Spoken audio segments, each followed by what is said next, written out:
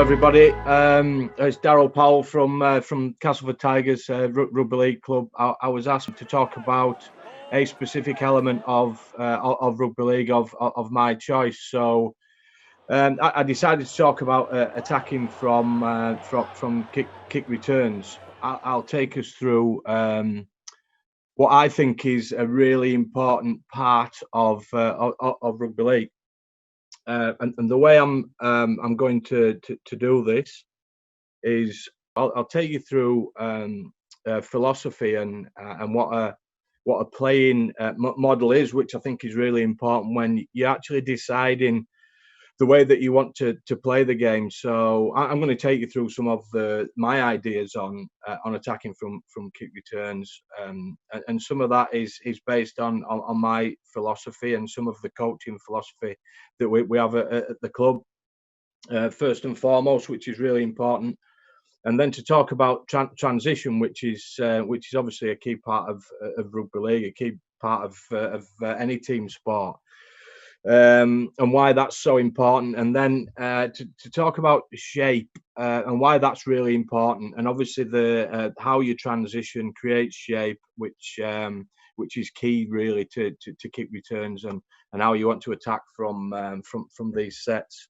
And then I'm going to go through positional responsibilities. So I'm going to break it down into sort of small detail, and then piece it together again. So as it says at the end there, when we piece it all together, we'll be looking at full sets, and that will all be based on the positional responsibility that we'll have worked through. So if just talk a little bit about playing philosophy, so your game model, the way that you want the game to be played. So we've taken a bit from tactical periodization, which came from football, and Pep Guardiola, Jose Mourinho, quite a lot of football coaches now looking at playing philosophy, and that takes you through.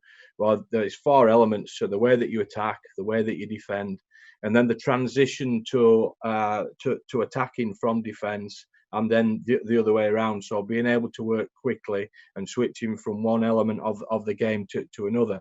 And obviously, what I'm going to talk about here is that transition from defence to attack. And for some positions within the game, as I'll talk about a little bit later, it causes a lot of difficulty. And some positions within the game of rugby league have to work a little bit harder than other positions in defence. So how hard players work plays a big role in being able to transition, particularly on kick returns. And I'm going to talk a little bit in a minute as well about how many sets you get when you're playing a game of rugby league on kick returns, and it varies from game to game, but it becomes a really pivotal part of the game.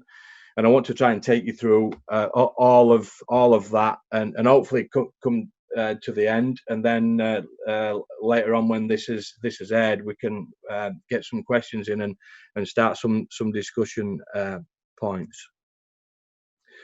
So first, creating shape. What does that mean, and why is it so important? So if you think about a game of rugby league, well, all the players end up on the wrong side of the ball, or most of them do. So I just wanted to talk through the first 3 plays in a set of 6, and who's going to be available to the team to be able to play, and what does that look like to a defence, because this is all about causing a defensive line as much trouble as possible. So if I take you through that, so on play 1, and what your team's going to have available to you, and that'll depend on how hard your centres work. So for this example, I'm using players in the Castleford Tigers team at the moment.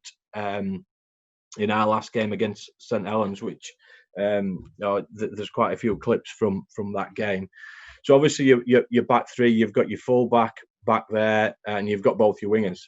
But what they do as a result of being back there is they narrow the field up a little bit generally. Different teams play slightly differently, but you try and get your centres back as quick as you possibly can. Now, unlikely that you'll get both of them back on play one. Depends where the ball's being kicked from. But if you can, you want to try and get them back as quick as you can to give you more players behind the ball, which then generates opportunities to attack. On play two, so then your back rowers, and I'll talk quite a bit about back rowers as we get through the presentation. So you want your back rowers back as much as you can, and they get put under a little bit more pressure than the back line do. And so they have to work exceptionally hard to get behind the ball. And I've got some different clips from different teams looking at that. So you've got your centres back, you've got your half backs getting behind the ball, and I'll talk about their responsibilities as we move through. The one that I've got circled there is Paul McShane. So obviously he's a hooker, and he has a difficult job because he does a lot of defending. But if he does get back, it helps the team, and I'll talk about that as we work through the positional responsibilities.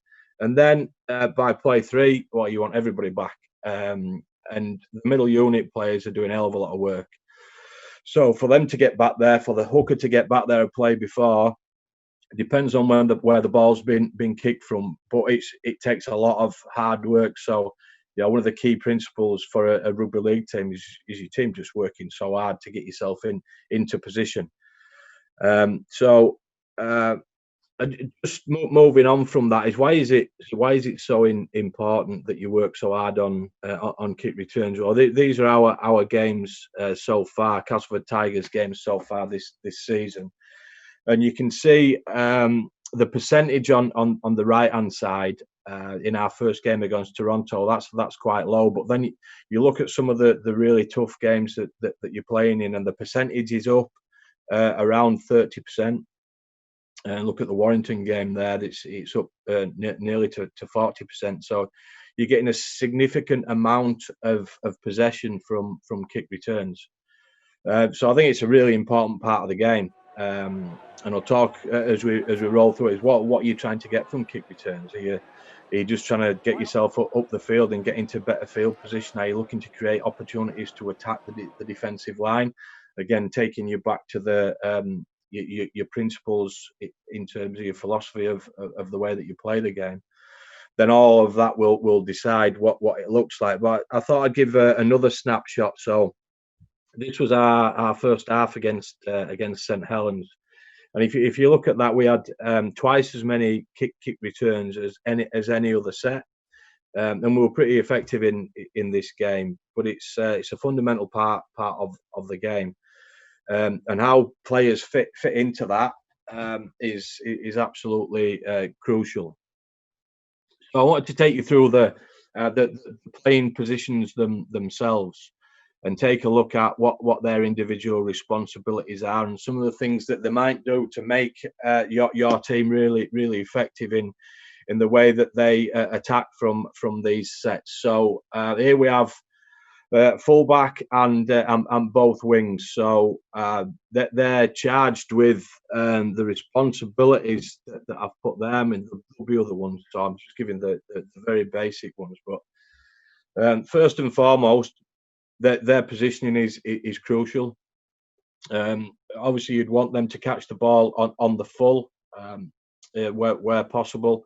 That gives you more of a front foot attack, and you can take more ground into towards the opposition try line, which then gives you an opportunity to build field position. But they're also looking to link to create some kind of opportunity or a break, a fracture in the line somewhere, which leads on to the next one, is to get the game fast or to win penalties, which obviously then gives you opportunities to get yourself up the field and puts you in good attacking positions. And then the next responsibility is they have to work hard to reshape quickly to get themselves back out to where they need to be, right on the end of the line. So I've picked some examples. So I've got a few short clips. So a lot of these are really short clips that then build up to the end where I've got some full sets from our game against St Helens. So in this example, That's James Clare carrying the ball. He gets handled pretty well. It's what happens next. So what do you want your back three players to do? So this is pretty simple. This is a drop off play. But if you look at Alex Walmsley there in the defensive line, it's what it does to his defensive position. And you can ask any big man in the game is what they don't want is people who are fast, with footwork, and strong coming at you. And that is a simple drop off that then has created a late retreat from Alex Walmsley, again a single market in the defensive line, all from a simple play. And that's every team in Super League is doing those sorts of things, and that's perfect. So this example is then so one of the responsibilities you put on your back three players is you want them to win penalties where they can. You want them to get the game quick. Just seen an example of that. You want them to win penalties. So here you've got James Clare carrying the ball. He's got Theo Fage playing at half-back in front of him. He's got Alex Walmsley at the side of him. He's got the back row of Payru on his other side. So he chooses to go straight at the smaller man. And Fage is a pretty good defender. But what it does do is it makes it difficult for people to deal with him, and he gets a penalty. So again, that's pretty simple. St Helens have probably got the best in the competition in Tommy Makinson and some of the things that he does carrying the ball, and that's what he does so well in terms of getting penalties. So that's a good example of that. And then this is just it doesn't happen in this case, but it's about players working off the ball. So the back three players looking to create. So we've got our fullback there who creates an opportunity to pass the ball there to Daryl Alfords. Now he doesn't pass the ball, but these are the things that you want in your backfield players to be looking for, is little opportunities which create one-on-one situations and end up getting the game fast, or creating a little bit of space for an outside back player who's got some speed.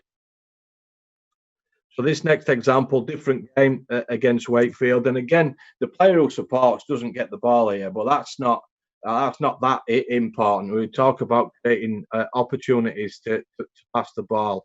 So James Clare's just in front of John Rankin there, who's caught the ball, and it's just what he does in terms of how hard he works to do that, to get himself faced up to the line and to be able to support.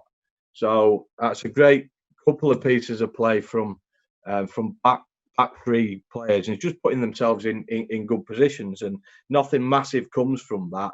But all these little pieces that I'm trying to show you now, it just creates the big picture in the way that we and most teams in Super League would want to attack. So I've covered the back three, so now we're just going to add the centres. So you want your centres to get back. If you look at that play two shape, you want your centres to get back there. So what do they do? Do they stay in the middle, or do they go to the edges? Well, we've got a couple of smart players, and there's lots of great centres in Super League who put themselves in really good positions.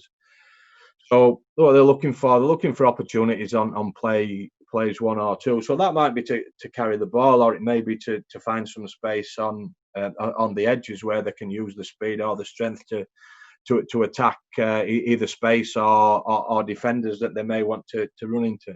And the decisions that they've got to make is, do I stay in tight and look for a carry, or do I reshape? Do I need to reshape quickly? Is there an opportunity out there, or is there an opportunity in tighter? So a couple of examples in that regard. So you've already seen this clip. So this is a carry from Daryl Alfords that gets the game quick, and you're looking at, so Michael Shenton's here, so he'll be thinking, do I go wide, or he's made a decision that's a quick ruck, and there's going to be an opportunity for him somewhere, and he's seen Alex Walmsley coming back late, and he's decided that's a good option for him. So that's a carry straight in behind the ruck, and that's going to keep the game quick. A really good piece of support play there from Jordan Rankin, if you look on the other side of the ruck there. So back five players working together to make things happen, and that's going to be really quick again, as I've already mentioned. I've got a couple of different examples just with centres carrying the ball. So Michael Shenton's decided that there's nothing down the shorter side there, and he's just Jordan Rankin comes on his inside, and St Helens defend this pretty well. But again, it's something that a centre might be looking for in terms of where he runs. What is he trying to do? He might be wanting to link up with his fullback, or he may want to put the ball somewhere else. Another example from a Wakefield game. This is Peter Matautia, and again, there's nothing major in this, but responsibility of centres and carrying the ball, using your strength. There's a good link from Daryl Powell on the inside, and then he's carried the ball pretty strongly and being awkward to tackle, which then gives Paul McShane an opportunity to run something that I'll talk about later. Single marker. So they're different things from a centre's perspective on whether I go to the edge or whether I stay in the middle. All of those clips were about staying in the middle. The next positional responsibility pair or positions I want to speak about are centres again. So I've already seen that they do some work in and around the play the ball area to try and get the game quick or get penalties. Now it's what happens with the back rowers and centres, and their link being key to attacking from kick returns. So I've got a couple of things here in terms of their responsibilities now, particularly for back rowers. They get put under a lot of pressure in games, and for some of them they'll play 80 minutes. Quite a few back rowers, especially with 8 substitutions now, makes it difficult to rotate back rows. So they need to work really hard to get shape. Back rowers position the width. Where do you put your centre? Them linking with back rower to create running chances, and then obviously there's the shape on attack. So I've got a couple of longer clips here from this is from the St Helens and Roosters game right at the start of the year, the World Club Challenge, which was a really intense game. And you look down here at the Roosters back rower. St Helens are defending really tight. There's been a great kick, and they're under pressure. So what are they going to do to get themselves out of this situation? And they've seen that St Helens are pretty tight, and Theo Fars defends this pretty well. He goes and gets that, but you can see there that you've got centre back rower in position, looking to create an opportunity, and they end up stopping it. But there's space there, so that's what they're looking for. And then St Helens doing a similar type of thing. The ball's a little bit further up. You see Joseph Paulo on the bottom of your screen. He's in the back row. He's rolling out to the end to try and create an opportunity. And then again, this gets defended well. It's St Helens looking to try and get the ball to the edge and create an overlap. So back rower being really important there. And this is just looking at back rowers and what they have to do. So this is Chase Blair playing in the back row for us against St Helens, and this is a pretty short clip. But you see Michael Shenton looking to get behind the ball.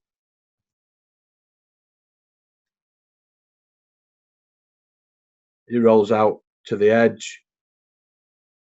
The ball doesn't get there, but it's creating shape across the field, and that's pretty important. So a couple of different examples. Daryl Powell playing the ball pretty quickly.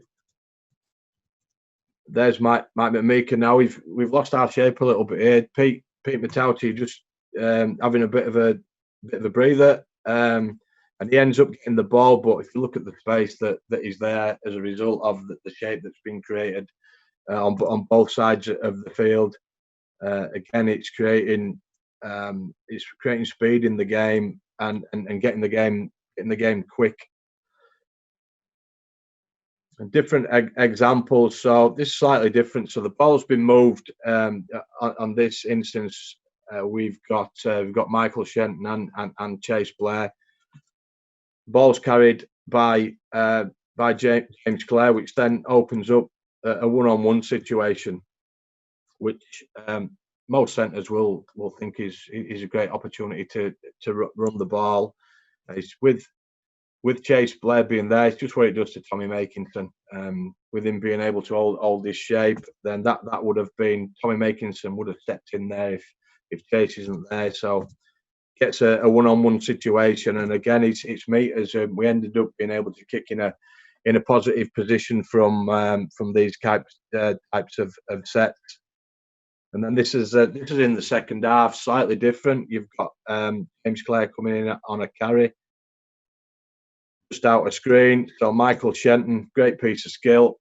Saints very close to shutting that down, but a piece of skill. Again, it's not an opportunity, but what it does is it gives 20 metres off field further down towards the try line, which then ends up being massively different when you look at kicking opportunities. So instead of kicking from deeper, you end up kicking from good field position. So moving through the team then. So we're going to halfbacks. So what is their responsibilities? When do we want them back? They're really creative players within a team. Alongside everybody calls it a spine. Your halfbacks, your nine, your hooker, and your fullback. So what do we want them to do? Well, we want them to work hard to get behind the ball. And I alluded previously about your nine getting back and being there for play two, but that's not always going to happen. I think particularly if the ball's kicked from a little bit further upfield. So then it's their responsibility, unless there's an outside backing at dummy half. They need to look after dummy half and pass the ball. And then it's key for them is reshaping and being at the axis of the attack, depending if and when we want to move the ball. So they're always looking for opportunities to attack. So these are pretty simple clips, and some of these replicate. You might have seen them before in this. If you look at Danny Richardson coming into the play of the ball there. So Paul McShane, I think I've already mentioned this, made 43 tackles in this game. So it's a massive effort for him to get back, but it's what this does to Danny Richardson. So it puts him out off the ball with an ability then, if he does see something, to attack. And again, it's a small point, but it can be really important for you to generate shape. And then he ends up being there in a position to get his eyes up and see what's happening. You've seen this clip before. He ends up passing to Mike McMeekin, but they're all about having an ability to link with teammates and everybody understanding exactly what their role is. So a similar clip.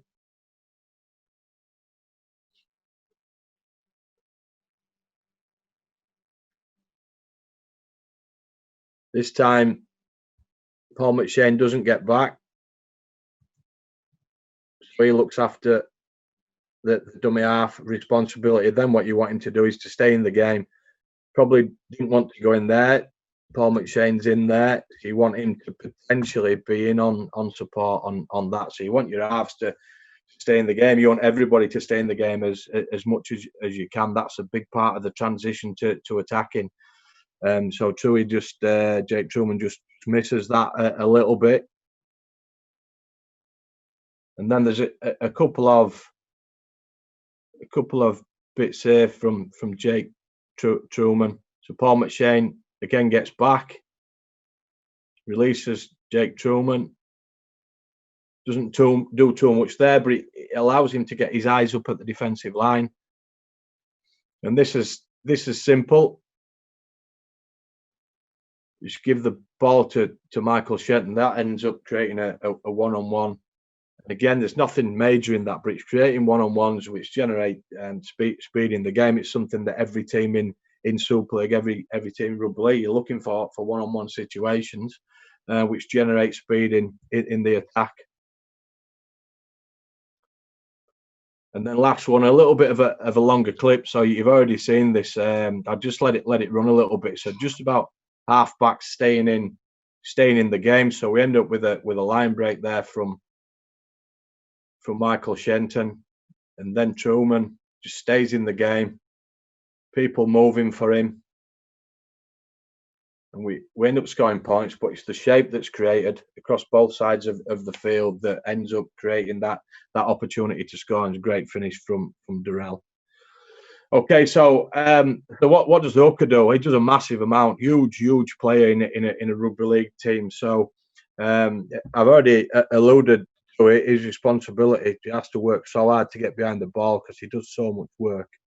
And you want him by their play 2 if you can, but it's not always possible. But certainly by play 3. Then you want him to listen and get the ball where it needs to be. But he's also looking for opportunities to attack and to run. So you've seen these. I'm just doubling up on how important it is and what it does to the team. So that's a pretty quick one. He's back behind the ball.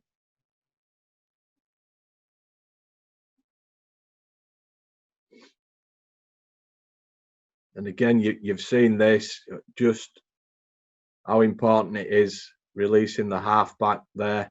So pretty simple clips. And then what we want him to do is do this, is get him out there. So you want him on the ball as soon as you can. It's pretty simple, running opportunity that then ends up pulling defenders in and creating opportunity for you to use the shape that you've created. So then the guys who do a massive amount of work. So far I've not really looked at them because the first 3 plays they're not really needed. They've done a massive amount of work from a defensive perspective, and then they've got to get behind the ball. So where do they fit in? Generally they fit in.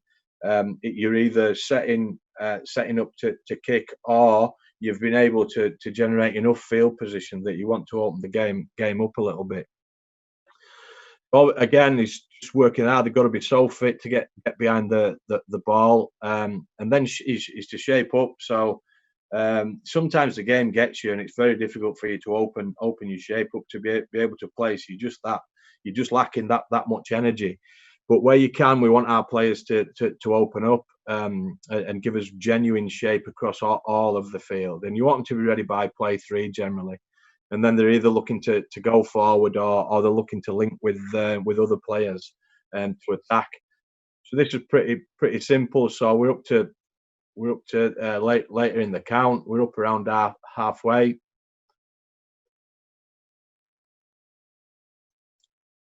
And then, so that's just creating a shape, probably an overs line that we didn't need there.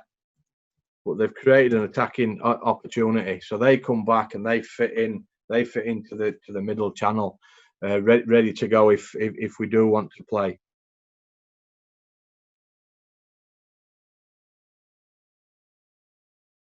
And again, we've been good enough to get ourselves into good attacking position. So this middle part of the field, this is where these guys come in. They don't quite get that right, but it's an opportunity created, and so they know exactly where their slot is. The last one is just this ends up being pretty quick, and we kick on the back of it. But it's those guys getting it quick, so our halfbacks can kick the ball. So what I wanted to do now was to show you some sets. So where all that is pieced together. So I've broken it down into all the little segments, all positional responsibilities. Now it's all about, well, is the team on the same page? How hard are they working? There'll be some periods in the game where some of the big men just can't get back. But what is it about? And it's the 2 bottom ones there is creating field position, because that's a massive part of rugby league, and giving you a platform to be able to defend on the back of, or creating opportunities to score. Both of those are important, and to be able to certainly to be able to do the last one, then you need to have shape. I mean, you imagine your team just sits in the middle of the field, then opposition can really tighten up and just look after that area. This should give you, by having shape, an opportunity to to attack across the whole of the field, which I think is really important. These are full sets, and you've seen all the different components within these. So I think there's 5 sets here, just to finish off with and give you a picture. And I'll just talk through some little bits in terms of what I've shown you previously. So you see Liam Watts looking to get behind the ball. He's going to end up being behind the ball on play 2. And then this is the back 5 work that I told you about, them staying in and keeping the game quick. Halfback's in shape. Your winger's reshaped and got himself back out there.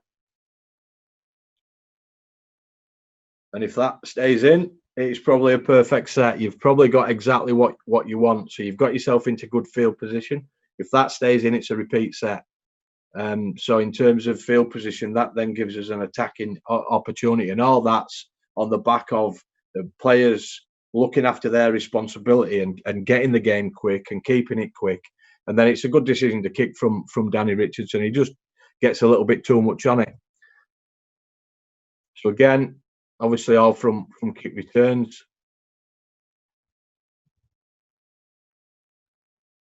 Back 3, not much doing there.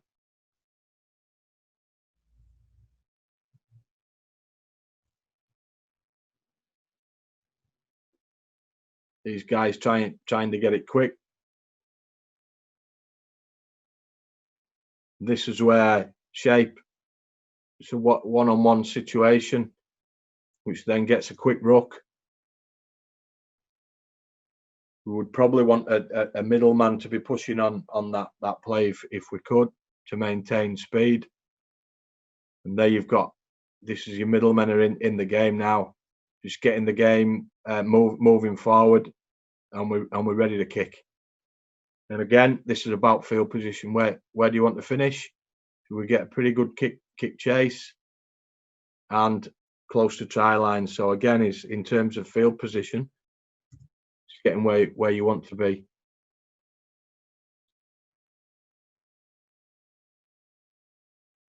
So spoke about this. So that's a backfield link opportunity early on. There you see Mike McMeekan on the left of your screen. He's going right, need to get back. Paul McShane in position.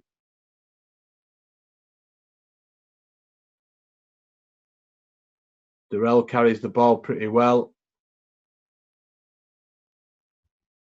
And now we've got one-on-one situations, offload. Again, taking big meters on the back of that, creating one-on-ones and having shape. Paul McShane running. And then it brings the middlemen into play. So they're pretty accurate. Don't quite get that as clinical as we would want. But where are we on the field? Gets a little bit quick now and a little bit broken play. Good decision from Adam Milner. And we're in a great attacking kicking position again, which is a big part of what we're trying to achieve. Unfortunately, that kick goes dead as well.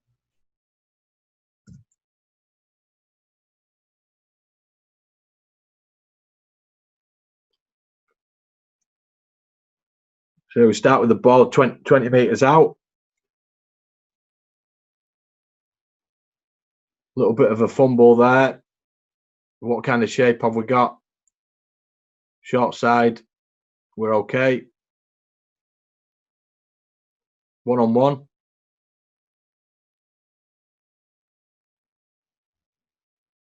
Which creates difficulty for the defensive line. That's quick. It's a one-on-one again.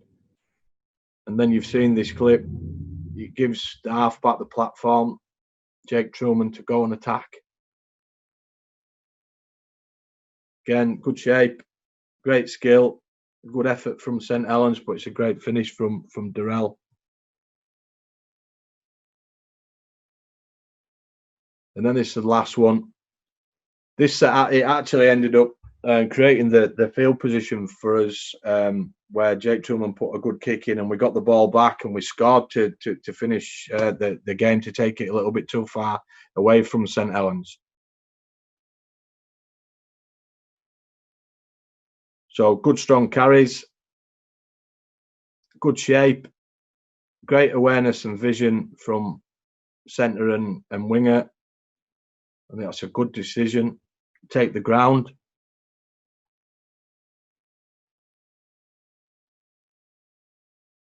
And then halfback should be thinking about kick now. So we've got as much as we want out of that set. We go forward. Probably a penalty there for not square. I think that's what Paul was looking for. And then we're in good attacking position. Obviously, the pitch is a little bit shorter at Castleford, but you're still great attacking position. There's an error on the end. We get the ball back, and then we're in attacking position again. So, returns. So philosophy and the way you want to play. And obviously, I've spoke about us wanting to play as fast as we can. In order to do that, we have to transition really quick, and that then generates shape, as I've alluded to, and then positional responsibility is everybody doing the job. But first of all, understanding what the philosophy is and what do we want to get out of it, what their positional responsibility is, and then it's piecing it all together. It's everybody being on the same page, and delivering exactly what they need to deliver. So I hope you've enjoyed that, and any questions that you've got, any comments, I'll be delighted to field them, and look forward to discussing it. And just to finish off, obviously a tough situation at the moment. Stay safe, look after yourselves. Hopefully sport can get back and get us cheering again soon, but look after yourselves.